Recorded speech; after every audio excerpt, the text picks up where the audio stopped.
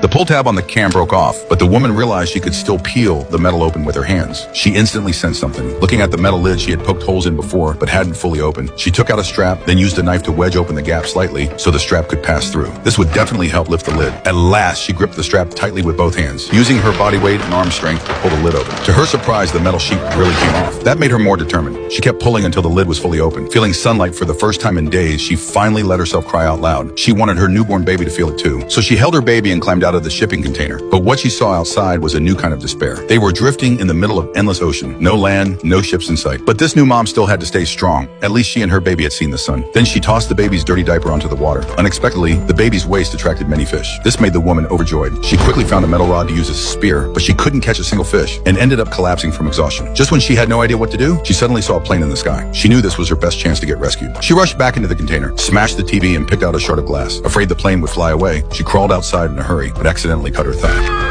Ignoring the pain, she raised the shard, trying to reflect sunlight to get the plane's attention. But she was directly below the plane. The light couldn't reach the windows. That's when she remembered her injured leg. She had to go back inside, rip up cloth for bandages, strip some copper wire, drink some strong alcohol, and clean the wound. Then, bearing intense pain, she used the copper wire to stitch up the cut. When she woke up, she didn't rest. Instead, she used headphone wires to weave a fishing net. The next day, she climbed out again, placed the net in the water, and threw the baby's diaper onto it. Not long after, she caught a big fish. On the 15th day of being stranded, she finally had fresh food. But even with enough food, now that she had recovered, she decided to leave the waterlogged container. From now on, she and her baby would have to rely on a small wooden raft. After moving supplies all night, she was completely exhausted. When she looked up, she saw a seagull about to attack her and her baby. She quickly took out some leftover fish, hoping the bird would be full and spare the baby. At that moment, a female fisher nearby noticed the flock of seagulls. She urged her father to steer the boat closer. When they neared the raft, the fisherwoman saw something strange. The father and daughter pulled the raft up together. The brave father slowly lifted the cloth. To their shock, there was a sleeping baby inside. As they stood confused, the fisherwoman suddenly felt a rope nearby. She quickly pulled it up, hoping to